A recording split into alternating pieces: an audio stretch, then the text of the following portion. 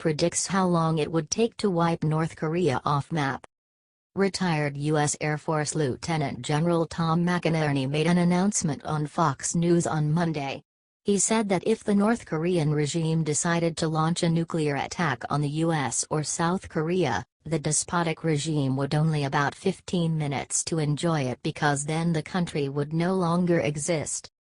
If he gets our full nuclear retaliatory capability, within minutes after one round going into Seoul, there will be nothing left, McInerney told Fox's Liz Clement on Countdown to the Closing Bell.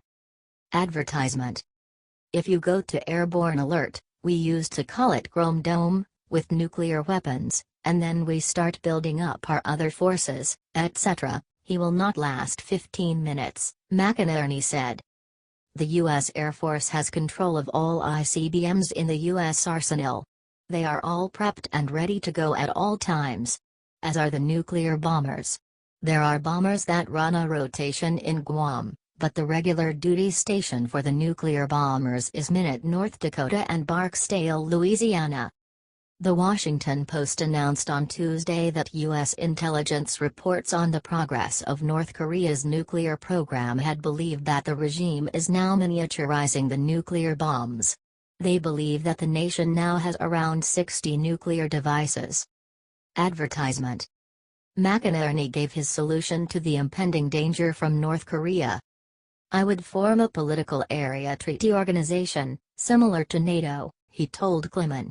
I would have South Korea, Japan, Australia, New Zealand, Philippines, Thailand, and other countries out there form a bulwark, not only against North Korean expansion but at Chinese expansion. I would start moving in more THAAD missiles. I would put our nuclear retaliatory capability on ground alert. I would start increasing our naval and air forces in the region. What do you think of this?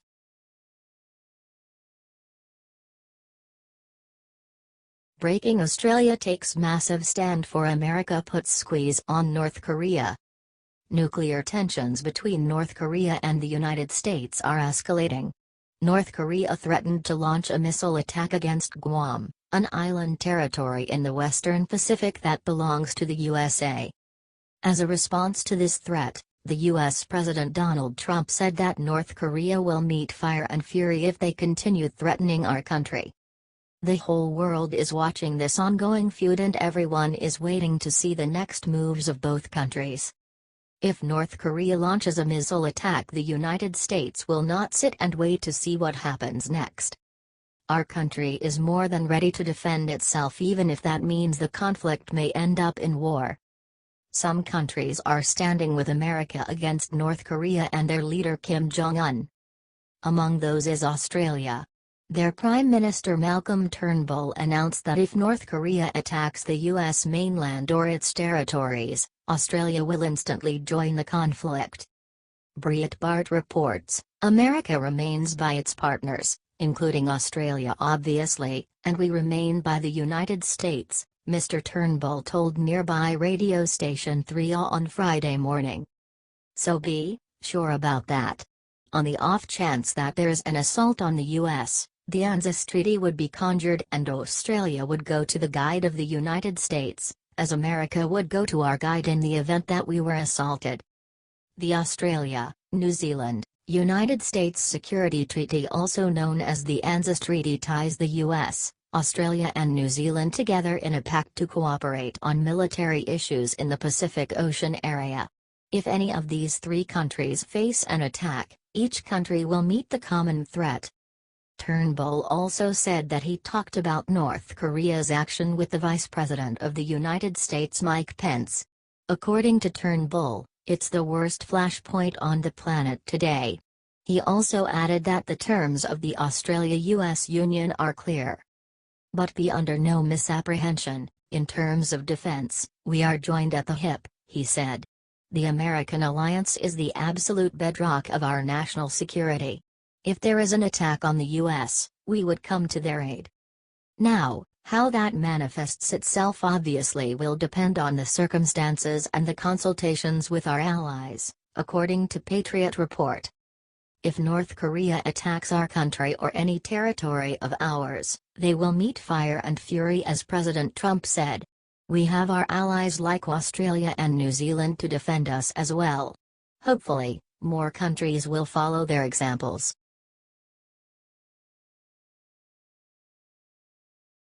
New poll finds majority of Americans side with Trump on key issue. Are you one of them? With everything that the mainstream media pumps out over the airwaves, you would think that Trump's voters have all turned on him. The mainstream media loves pushing fake polls, like Clinton have a 96% chance of beating Trump. Well, this isn't true.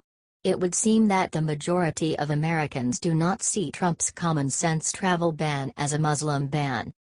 According to the poll, 56% of the registered voters view the order as a terrorist hotspot restriction, while 37% said it is more likely Muslim ban.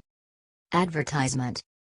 Although over half of those polled don't think the move was not an attempt to discriminate based on religion, a majority of the country disapproves of the executive order. The fact is, terrorists are killing us and we must stop them as much as possible. The Washington Examiner reported that 46% of Americans supported Trump's immigration order issued on January 27. Advertisement. The Anderson Robbins Research and Shaw and Company Research lead a poll of 1,013 registered voters across the country, and they conducted interviews via landline and cell phone. Moreover, the majority always sided with Trump, true patriotic Americans. President Trump is just getting started and he already has people siding with him. If only liberals left him to do his job. It shows for a fact that the fake news media is a bunch of liars. He works his hardest to make America great again. It is truly despicable the way that the media finds it appropriate to bash our president constantly. Yes, freedom of speech is there, but why can't we respect the leader of our nation? The leader of the free world deserves respect. If someone disagrees with you, it doesn't mean that you insult and attack them. You just have a different opinion. Trump keeps on winning. What do you think of all of this?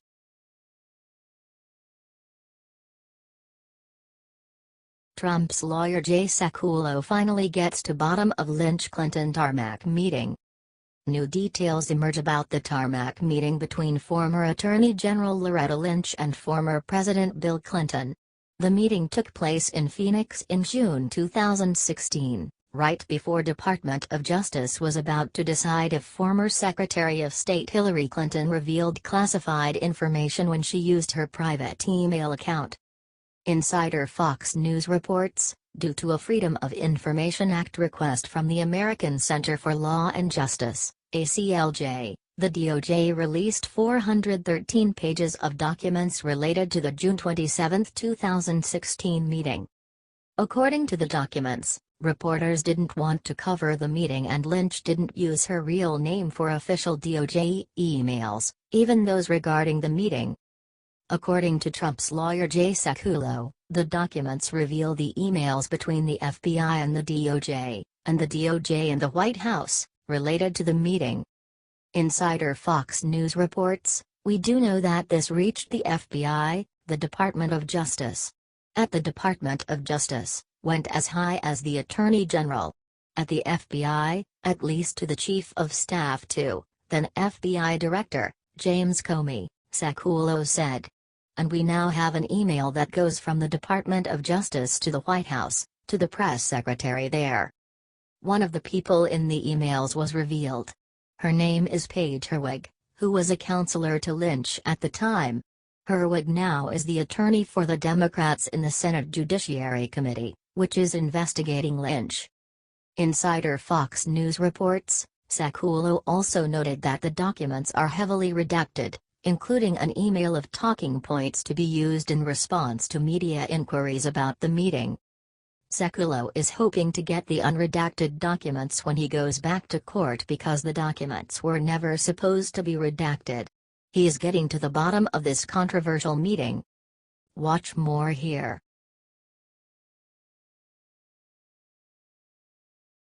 Trump sends feds into Michigan for ICE raid, Discover America's worst nightmare hiding in plain sight. Former President Barack Obama allowed Muslim refugees to enter our country. Thanks to his policies, Michigan has become a home for Islamic extremists. Among these refugees, there are a lot of criminals who are hiding in under the guise of a humanitarian effort. Although Americans were demanding tougher control on the border, Obama didn't want to hear any of it. However, thank God Trump became president. He immediately enforced immigration laws in order to protect our country and its people. Freedom Daily reports, just recently, federal agents went into Muslim-infested Michigan to conduct a raid, and what they found was disgusting. Of course, the left is losing their mind over the fact that our laws are being enforced, but it is about time. Over the last several years, illegals have been entering the country and committing horrific crimes ranging from murder to sexual assaults. A few weeks ago, ICE conducted an 11-day raid in New York and caught a lot of bad people for sex crimes. Now, another raid was conducted, but this time it was in Michigan. During a 4-day raid, ICE discovered that almost 80% of the illegal immigrants committed crimes. This is horrible. Freedom Daily reports, of the criminal convictions, they ranged from DUI, domestic battery, contempt of court, possession of open intoxicants, criminal sexual conduct, child abuse, 4th degree, child neglect, destruction of property, domestic violence, larceny, false identity to law enforcement, and attempted identity theft, among other offenses. The 33 arrestees are from 4 countries, Mexico, Liberia, Guatemala, and El Salvador. Some of the illegals who were arrested will be prosecuted for re-entry after deportation. This felony is punishable up to 20 years jail time. However, the illegals that won't be prosecuted will be removed from the country. Operations like these demonstrate that ICE is focused on the arrest of dangerous criminal illegals. The agency will continue to protect our nation and uphold public safety. Something like this would have never happened under Obama's administration. Our country was neglected for too long thanks to the Democratic policies. However, because of our new President Trump and ICE, our country is more protected and secure than it was before.